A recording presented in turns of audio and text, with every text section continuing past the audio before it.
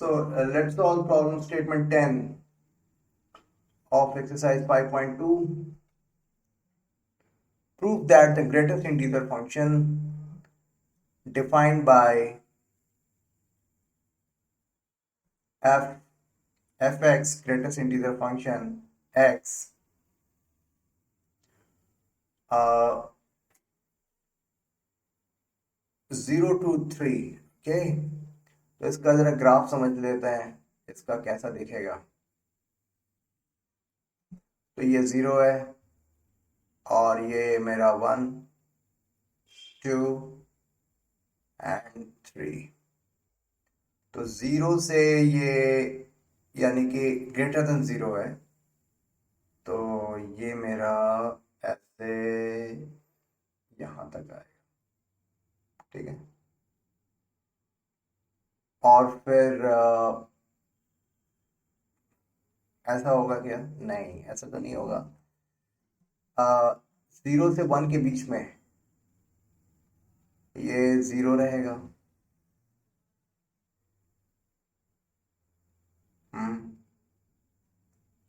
और यानी कि अगर मेरा 0.5 है, इसकी वैल्यू क्या होगी? 0 होगी। 0.99 है तो इसकी वैल्यू क्या होगी? 0 होगी, है ना। ओके, फिर 1, 2 एंड 3। फिर 1 से ग्रेटर करते हैं, तो 1 से ग्रेटर मतलब ये यहाँ पर हो जाएगा। तो ये ऐसे, तो यानी कि 1.1 यानी 1 हुआ। तो ये मेरा कुछ यूं ऐसे ही होगा। x की वैल्यू जो है, और ये मेरा ऐसे होगा। x की वैल्यू 1 से ज़्यादा हुई तो भी y की वैल्यू 1 होगी। 1.7 इसकी वैल्यू 1 हुई। 1.99 इसकी वैल्यू 1 हुई। ठीक है, उसके बाद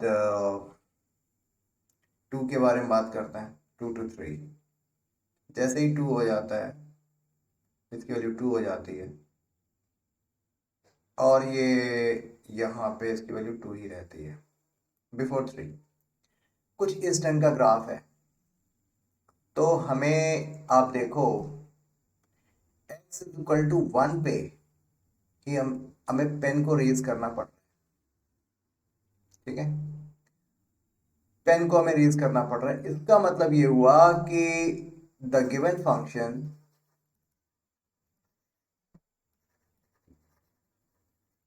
is not continuous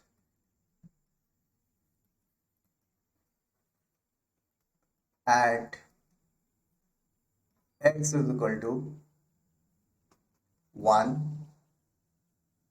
and x is equal to 2.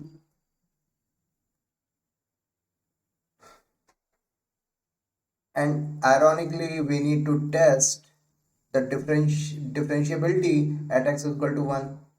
So fx cannot be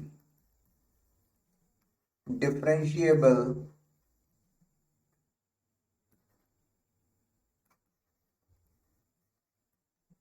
at x is equal to 1 and x is equal to 2, because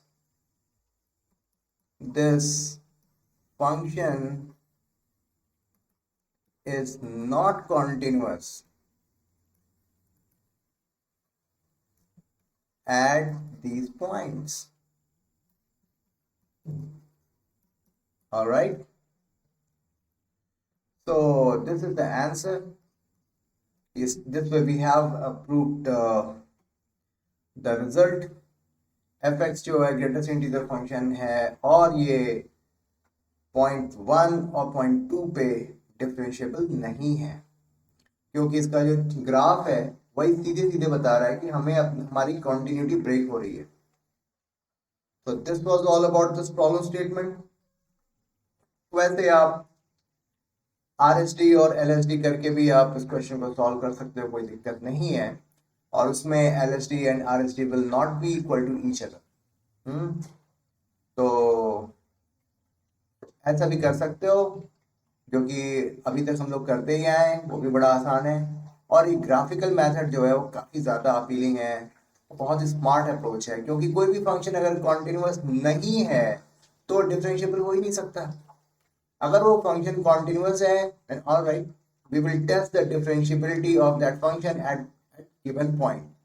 लेकिन अगर वो कॉन्टिन्यूस ही नहीं है तो क्या मतलब है उसकी डिफरेंशिएबिलिटी के बारे में बात करने का? डेफिनेटली उस पॉइंट पर वो डिफरेंशिएबल नहीं रहेगा। ठीक है, तो this was all about this follow statement. Thank you very much.